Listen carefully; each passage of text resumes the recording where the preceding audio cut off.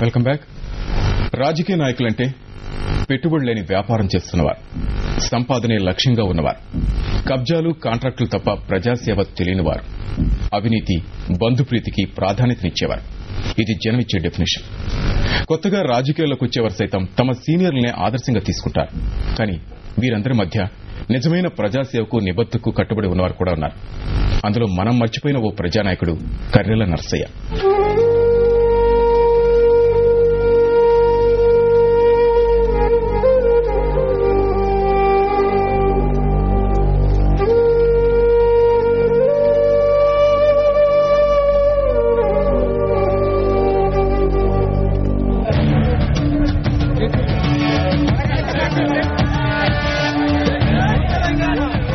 Scene చూశారుగా. 2008లో ఉప ఎన్నికలకు ముందు నిధుల సేకరణ కోసం కేసీఆర్ ఒళ్లు కష్టపెట్టుకున్న సందర్భం ఇది.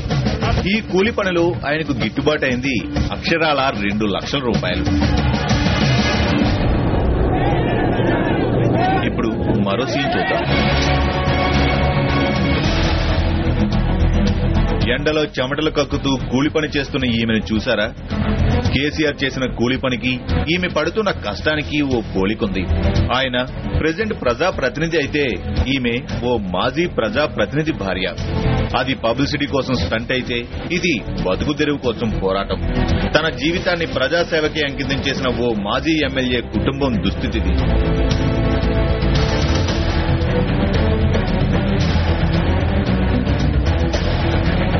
ఈమె పేరు దుర్గవ్వ.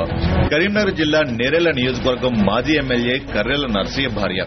1957లో సిపిఐ తరఫున ఎమ్మెల్యేగా గెలుపొందిన నర్సయ్య తన 5 ఏళ్ల హయాంలో నీతి నిజాయితీలకు మారుపేరుగా నిలిచాడు.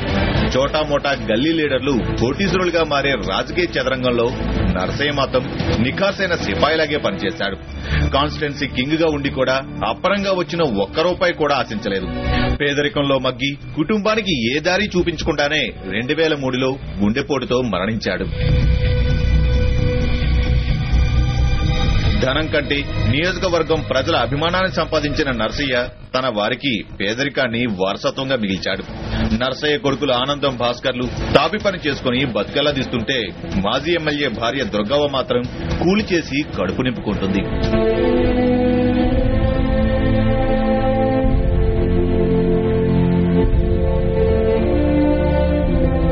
డబ్బులు సరిపోని రోజు ఇంటింటికి తిరిగి ఆమె బెచ్చమెత్తుకుంటుంది. ఓ మాజీ ఎమ్మెల్యే భార్య ఒకప్పుడు నలుగురికి అన్నం పెట్టిన అమ్మ ఈ రోజు తినడానికి తిండి దొరక్క అడుక్కుంటుంది.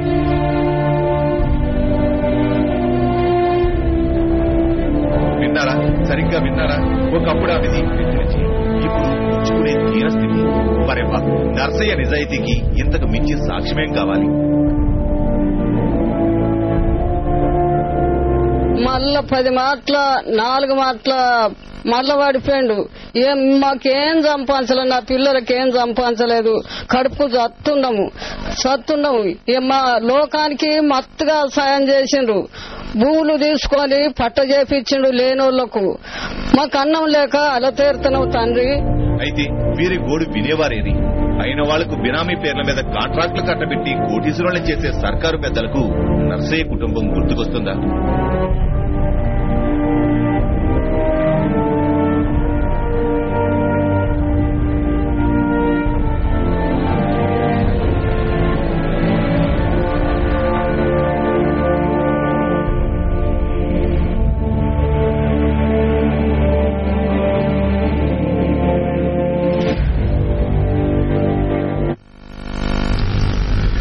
ఎమ్మెల్యేగా ఎన్నికైతే వచ్చే జీతం 15,000 మాత్రమే. అయినా ఎన్నికల్లో పోటీ చేస్తున్న అభ్యర్థులు కోట్లకు కోట్లు ఖర్చు ఎందుకు చేస్తున్నారో అందరికీ తెలిసిందే. కమిషన్లు, బినామీ కాంట్రాక్టుల రూపంలో ఈ పెట్టుబడికి ఎన్నో రెట్లు సంపాదించుకోవచ్చు. కాబట్టి ప్రస్తుతం పాలిటిక్స్ లో జరుగుతుందదే. కానీ పదవిలో ఉన్నంతకాలం నీతి నిజాయితీలతో ప్రజాసేవ కోసం ఆరాటపడ్డ ఓ మాజీ ఎమ్మెల్యే మాత్రం తాను అవినీతి పరుల కోవలో చేరినందుకు ఇప్పుడు బాధపడుతున్నాడు.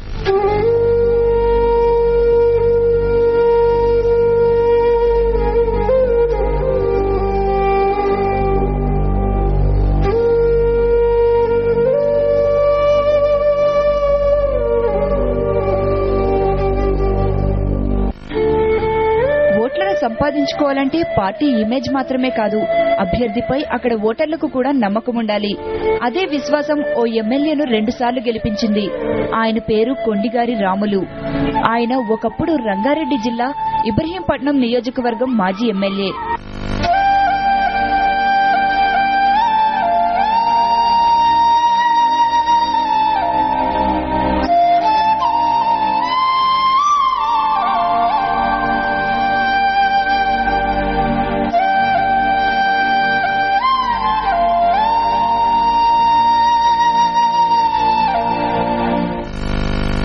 రాజధానికి సమీపంలో ఉన్న ఈ నియోజకవర్గం ఒకప్పుడు కమ్యూనిస్టులకు కంచుకోట. కామ్రేడ్ రాములు స్థానికులందరితో మంచి సంబంధాలు ఏర్పరచుకున్నారు. మంచితనం, సేవాభావం ఆయనను 1989 నుంచి వరుసగా 2 సార్లు ఎమ్మెల్యేగా ఎన్నికయ్యేలా చేసింది. సంవత్సరాలు చేసిండు. ఆయన బట్టలు, ఆయన పరిస్థితి, ఆయన కథ అంటే అసలు ఒకడొకరు చిత్రపోతున్నాం మేమే. 10 సంవత్సరాలు ఎమ్మెల్యే చేసి ఏం లేని పరిస్థితిన అసలు ఇలా వెనుకటికి ఆయన ఏదో పోరాటం చేస్తే కమ్యూనిస్టు పార్టీలో అనేకమైనటువంటి చేసి కూడా అదే విధంగా ఉండవు అని అంటే అసలు మాకే అర్థమైంది. ఎమ్మెల్యేగా తనకొచ్చే జీతంలోంచి రాములు కేవలం 1000 రూపాయలు మాత్రం ఉంచుకొని మిగతావి పార్టీకి ఇచ్చేవారు. ప్రభుత్వంతో పోరాడి ఇల్లు లేని వారికి నీడ కల్పించిన రాములు తన సంగతి మాత్రం చూసుకోలేదు. ఈ ఓల్డ్ కమ్యూనిస్ట్ ఎమ్మెల్యే గొప్పతనం ఏంటన్నది మేం చెప్పడం కాదు, ఆ ఊరికే చెందిన ఓ కాంగ్రెస్ నేత మాటల్లోనే విందాం. మరి ఈ రోజు ఆయన పరిస్థితి చూస్తుంటే మాకే బాధగా అనిపిస్తుంది. చిన్నప్పటి నుంచి కూడా ప్రతి వ్యక్తులతో కూడా పెద్ద చిన్న అనేటువంటి తేడా లేకుండా కూడా అందరితో కూడా మమేకమై మంచి కలిసిమెలిసినటువంటి వ్యక్తి. తర్వాత అతను పెద్ద పైరవికారేం కారు, కానీ ఎవరు పిలిచినా అతనికి వచ్చి ఆదుకునేటువంటి వ్యక్తి. ఇది నా పార్టీ, నీ పార్టీ అనేటువంటి భావం మాత్రం నేను కూడా ప్రదర్శించలేదు. కాకపోతే ఆయన కమ్యూనిస్టులు ఉన్నాడు, నేను కాంగ్రెస్లో ఉన్నాను. కాకపోతే భావాలు వేరైనా మేము మాత్రం మంచి మిత్రులంగానే మిగిలిన ఇంతవరకు కూడా మేము అతనితో. ప్రజల చేత భేష్ అనిపించుకున్న నేత రాములు. కానీ ఆయనకు నిజాయితీ పేదరికాన్ని బహుమతిగా మిగిల్చింది. ఎలాగంటే అవినీతి పనులు చేయకుండా నీతి నిజాయితీతో బ్రతికి ఈ విధమైన దరిద్రం అనుభవించాల్సిన పరిస్థితి వస్తుంది నాకు. ఈ దరిద్రం వల్ల నా కుమారుడు బీకాం చదివినప్పటికైనా వారికి రోగం వస్తే డబ్బులు లేక నా కొడుకును చంపుకోవాల్సిన పరిస్థితి ఏర్పడింది. దయచేసి భవిష్యత్తులో ఇటువంటి పరిస్థితి రాకుండా ప్రతి ఒక్కరికి గమనించాల్సిందిగా నా యొక్క విజ్ఞప్తి. ఏది ఏమైనా నేను ఎమ్మెల్యేగా ఉన్న సందర్భంగా నా కింద ఉండి పనిచేసిన మాజీ ఎమ్మెల్యే రాములు దుస్థితి తెలుసుకున్న ఓ మహిళా మంత్రి ఆయనను ఆర్థికంగా ఆదుకున్నారు. కానీ ఎమ్మెల్యేగా ఉన్నన్నాళ్ళు నెల నెలా పార్టీ ఫండ్ తీసుకున్న కమ్యూనిస్ట్ నేతలు తనను దిక్కు మొక్కు లేకుండా వదిలేయడంపై రాములు మండిపడుతున్నారు. ఎర్ర నేతలు అవినీతి రుచిమరిగారని, ప్రజాసేవను, పార్టీ సిద్ధాంతాలను మరిచి నోట్ల రాజకీయానికి అలవాటు పడ్డారని ఆవేదన చెందుతారు ఒకప్పటి ఈ మంచి ఎమ్మెల్యే. కమ్యూనిస్ట్ పార్టీ కార్యకర్తలంతా ఈనాడు మార్క్సిజాన్ని వదిలిపెట్టి స్వార్థంగా తయారై కావలసినంత డబ్బు సంపాదించుకుంటున్నారు. అయినా మార్క్సిజాన్ని వదిలిపెట్టిన మహానుభావులు కమ్యూనిస్ట్ పార్టీ నాయకులు. ఇప్పుడు అటువంటి నాయకత్వాన్ని ప్రజలు అసహించుకుంటున్నారు, కానీ నన్ను అసహించుకోలేదు అనేది మీ అందరికీ విజ్ఞప్తి చేస్తున్నా. ఏది ఏమైనా ప్రస్తుతం ఉన్న పరిస్థితుల్లో కమ్యూనిస్ట్ పార్టీ నాయకులు నన్ను ప్రస్తుత కరప్ట్ పాలిటిక్స్ చూసి రాములు ఒకే ఒక్క మాట అంటున్నారు: ఎవరూ తనలా నిజాయితీగా ఉండొద్దని, నిజాయితీగా ఉండి బిడ్డల్ని చంపుకోవద్దని. నిజంగా ఇది గుండె పగిలి అన్నమాట, గుండెలోంచి వచ్చిన మాట కాదు.